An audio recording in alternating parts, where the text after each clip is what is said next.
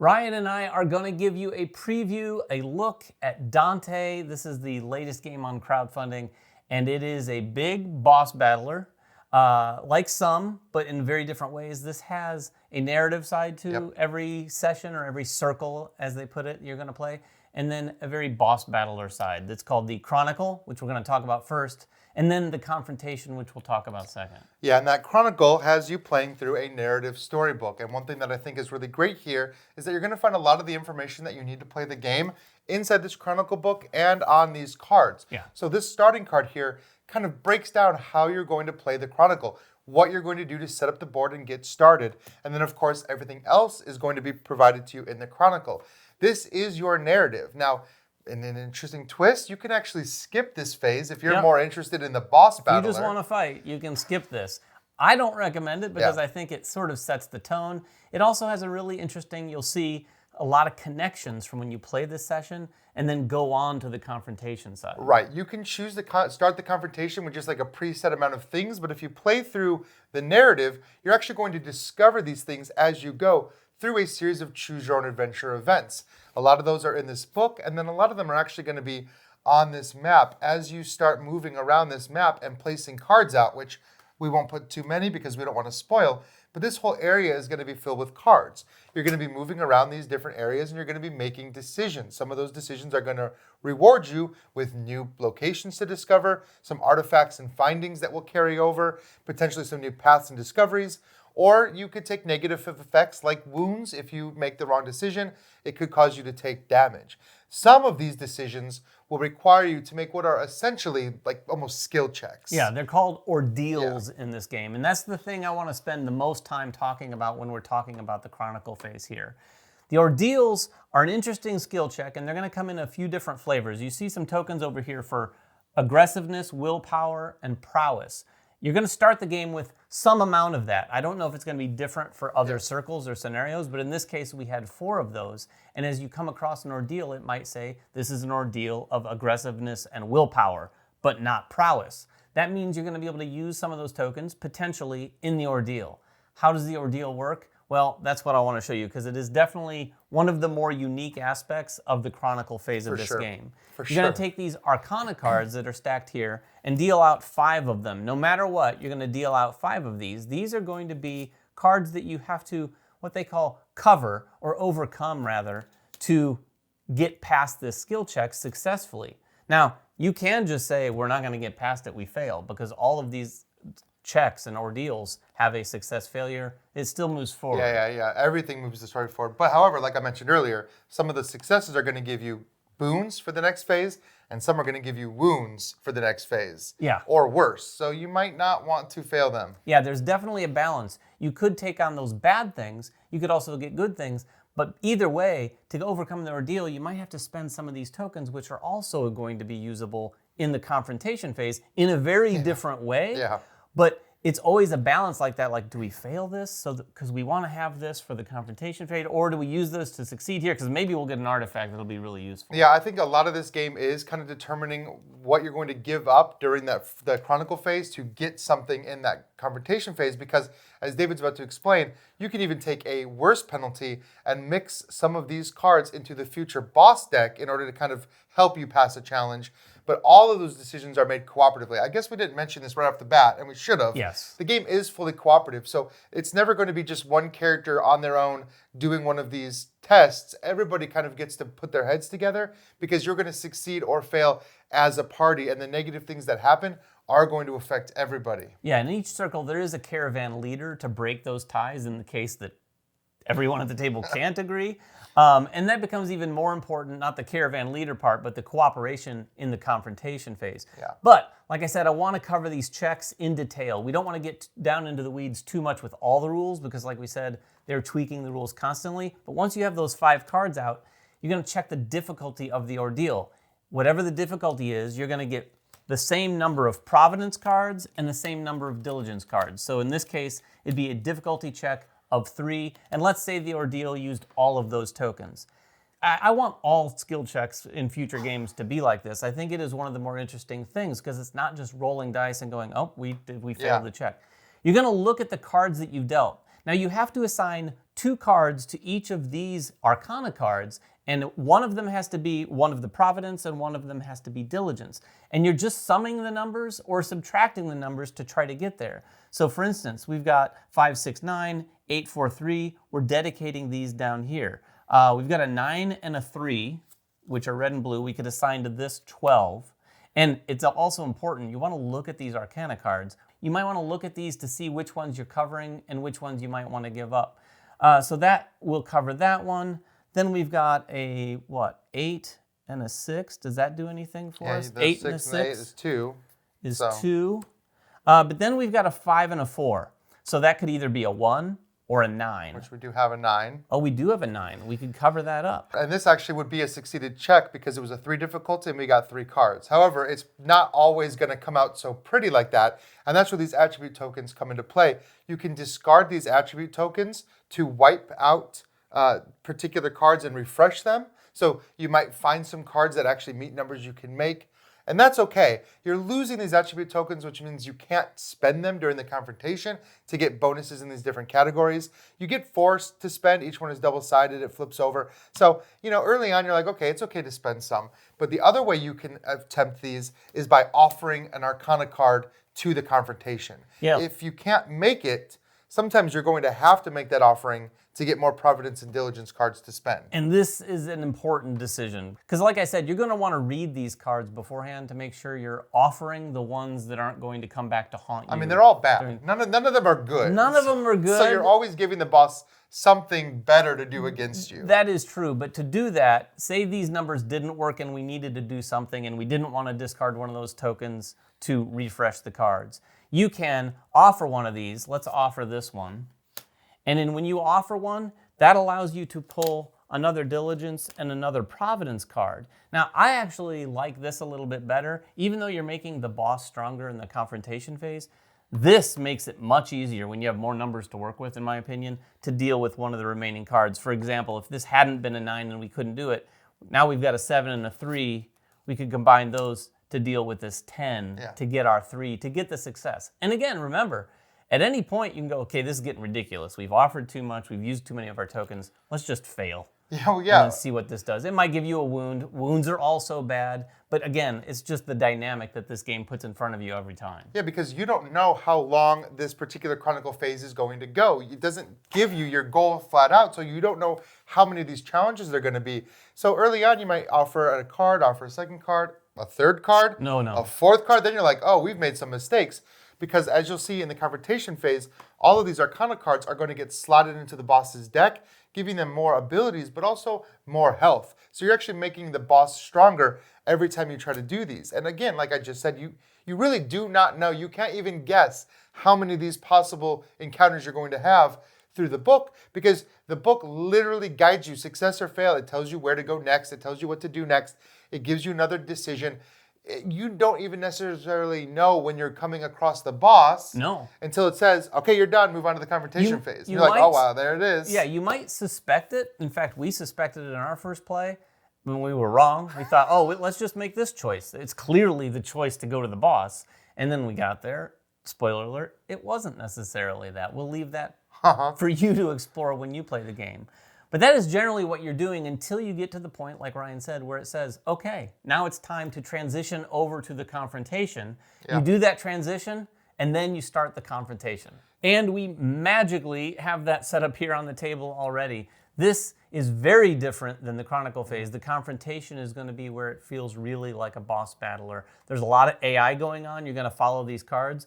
Like the Chronicle phase, these pretty much keep the game going forward. You don't really need to know a lot of rules, or as many rules as you'd think for a game like this. You just really need to read the rules, these cards, but also there are some terms that you're going to want to reference in the rule book. Yeah, and those cards, again, like there's a transition phase card and a confrontation phase card, and this tells you how to make that transition that we made kind of off camera there, and how to store everything in the right way and how to set up this particular board. Of course, a lot of the decisions and things that you chose during that Chronicle phase are going to come back here now in this confrontation phase. Of course, like the items that you found, the artifacts you found, the finding cards you found, but also the decisions you made as far as the cards you committed or offered, the wounds that you may have taken during that phase, and the attribute tokens that you spent. All of that kind of is going to matter now because you're either going to gain or lose access to certain things based on those decisions, and that can make this fight a little harder or easier.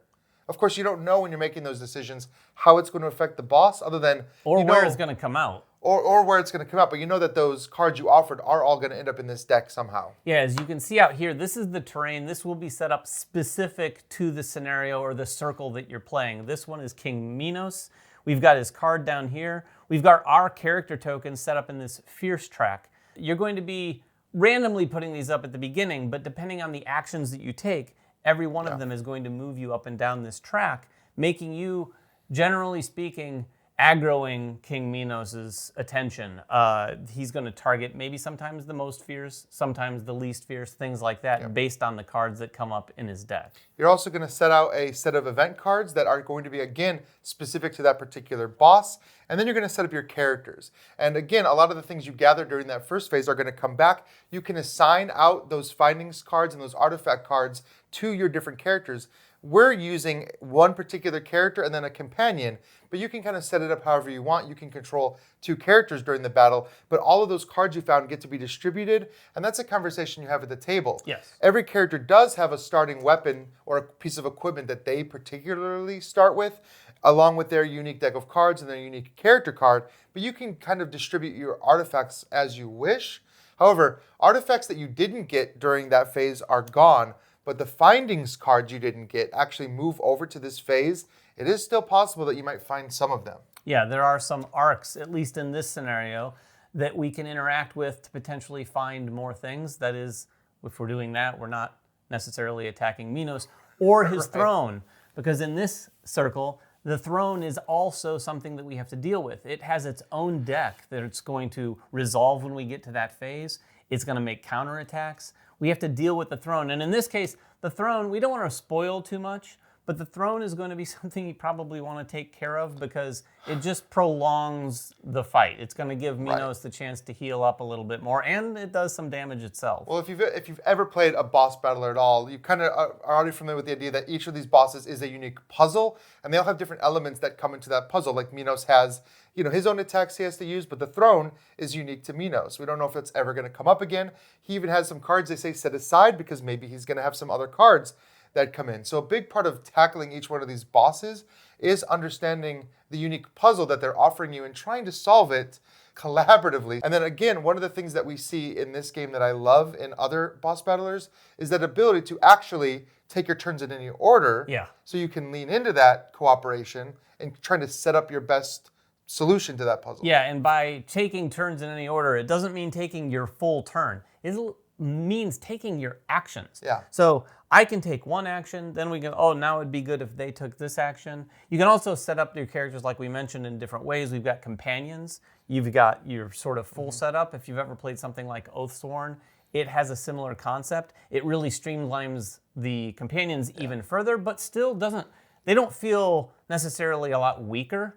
You just don't have as many choices. Right, you don't get the deck of cards. Instead of using a deck of cards that determine your abilities, they get specific abilities printed on their cards. And these cards that you play are a big way you're going to interact with that enemy. You're going to get to play these cards on your turn. However, you're limited by the number of slots you have. At the start of the game, you only have 3 slots, but they're all blocked. You have to open those slots as you play through. You'll get one at the start of the first round, and then every subsequent round you get another slot. However, if you brought over wound tokens, so if you had gotten wounded at all in the previous phase, you have to assign those wound tokens as well, blocking off some of those slots. So there's a lot of balance that you have to find there in how you can actually play these cards, because you can't just play as many cards as you want every single turn. No, those slots are going to also be effectively your life. Because as you take damage, each time you get down to 0, you'll take another wound. So whether you started with wounds or not, more wounds will fill up those spaces. As soon as any character or companion has 3 wounds, you've failed the confrontation. So that's what you're trying to avoid. But effectively, think about this track of health or vigor is what they call it, as a track that's going to sort of cycle through wounds. Every time it gets to 0, it triggers another wound for you. The other interesting thing about that health track, again, or vigor, it is the vigor that you're going to be using to take a lot of actions. Now, the maneuver cards you can just play, but moving around and interacting with things on the board is going to cost you vigor. So just know that every time you move a space, you're going to move into one of these adjacent squares and go into any one of these 4 spaces. We'll talk about that more in a second. That's going to cost you a vigor. So you spend a lot of vigor, and then when it becomes Minos' turn, if you don't have a lot of vigor, he's very well may wound you. So this is definitely a cycle of like doing a little bit, doing as much as you think you can, while still maintaining some of that vigor so you can protect yourself from whatever Minos is going to do. And what he's going to do is actually printed on this card, so you will get to kind of know and plan for what he's going to do. And that's why this positioning matters. Because as Minos does things like move, he's always going to stay in the center circle. And you'll notice that puts him in the center, and other characters can move around to the other sides. This means positioning does matter. For example, if you're behind a character, you might be able to do some actions like backstab, or if you're in front of the character, you might be pushing them in a very specific direction based on that quadrant. Your goal, if you can, is to try to mitigate some of the stuff that he's doing on here, because you'll kind of have an idea, at the start of the turn, as you're taking your actions, this is face up. However, as you're attacking him, you're going to be rolling dice. These dice will do damage, which is kind of what you want to do, but they can also lead to him counterattacking you. And if he does, he actually flips this card over to the back, does his counterattack, and then puts this at the bottom of the deck. It actually changes what he's about to do. If you prepared for something specific, it might not be that thing anymore. Yeah, so the timing, again, back to that puzzle, is very important because you're going to have some knowledge about what's going on. You might want, at the beginning of the round, look at both Minos and the throne in this case and go, okay, what do we need to do? Like, do we want to damage Minos, or is it more important to take out the throne so the throne doesn't heal Minos or something like that? Right, or the card that's on top, maybe you're actually okay. Maybe that card's not going to really damage you, so you don't want to risk him counterattacking and losing that card. It goes in that cooperative puzzle. But generally speaking, you want to do as much damage as you possibly can. He has a pretty thick deck, and depending on how many of those Arcana cards came over, that's going to get even thicker. But all the players are going to take all those actions, again, doing little bits and pieces of what they want in whatever order until no one wants to do anything else. Then it's going to get to Minos' turn. The Malefactor, which is what they're called, is going to go through this left to right. You're going to resolve this card completely, and then that card is going to go on the bottom of the deck. It's not, this was not damage. Right. So it goes back to the bottom of the deck. Then you're going to do the same thing for the throne in this case. Then you're going to go to the events. In this case, there's 2 events, and they're stacked in a specific order. You reveal one of them, do all the things. We're not going to tell you what's going to happen in this event. And then there's another event after sort of effectively round 2. Once they've done all of that, you're going to go back to the top of the batting order, start your phase again. Some of those spaces are going to open up, so you're going to get more places to place your maneuvers. Same thing with the companions. You're going to remove all their tokens of the things they've performed so that they can perform them again. They don't get as wide a variety, but they get all 3 of the things they typically do almost every round unless they're wounded. Yeah, and then again, like we said, you're going to continue this process until you meet the objective of that particular conflict, which is printed here. In our case, we just have one objective, which is to defeat the king. And to defeat the king, we do damage until his deck goes. There's a whole system there of like doing damage. They have different abilities that like he has a different set of health values than his throne has. Other bosses might have other special effects. All of that's printed on their card, so you kind of know all that in advance. But you're really just kind of duking it out. At least for this scenario, it's purely just whoever wins the combat. Yeah, it is, like we said earlier, a very strategic puzzle. A lot of these types of games do that, but this one really does that and lets you get a lot of flexibility in how you approach it. It's going to feel somewhat similarly streamlined as the first part, but I think that's one of my big takeaways. It's very streamlined, other than the fact that, of course, you're going to need to know some terms. There's a lot of terms on a lot of these cards. Yeah, and they do have a little cheat sheet. They do have a cheat sheet. Our prototype doesn't have all of it, and again, a lot of this is sort of in flux as they're tweaking things. Yeah. But once you know those or have them to reference, you can pretty much play this game just by looking at the cards and doing what they do. You don't have to remember how he moves. It's going to tell you. He moves this far towards this person. You don't change his facing unless a card tells you to change his facing, things like that. So in a way, very streamlined experience for one of these types of boss battles. Yeah, and the game plays again over we said a multiple scenarios. So when you beat this particular boss, you can just go on. It actually tells you to go back to the book now, flip the board back over, go back to that scenario and continue the story. Or you can pause, pack everything up, come back the next time and do the next scenario. Kind of however you want to handle that. Now, I could see people spending an entire day playing through multiple scenarios of this. For sure. There's definitely plenty of circles, as they call them in this game, to go through. And remember, like we said, you don't have to play the Chronicle phase at all. You can just come to the boss battler. I like the Chronicle phase. It sets the narrative tone. There is a fair amount of reading, but it's pretty well written, and I think it's fun. I don't know if they're going to have an app for that. I fingers crossed, because I would love it would be to awesome. see an app with It would this be one. pretty awesome. But anyway, those are the two parts, and I think how they're interconnected you can see from what we've said of Dante. If you have any questions at all about it, please make them in the comments below. We'll get down there and answer whatever we can. Until next time, make sure everyone has fun at the table, and we'll see you then.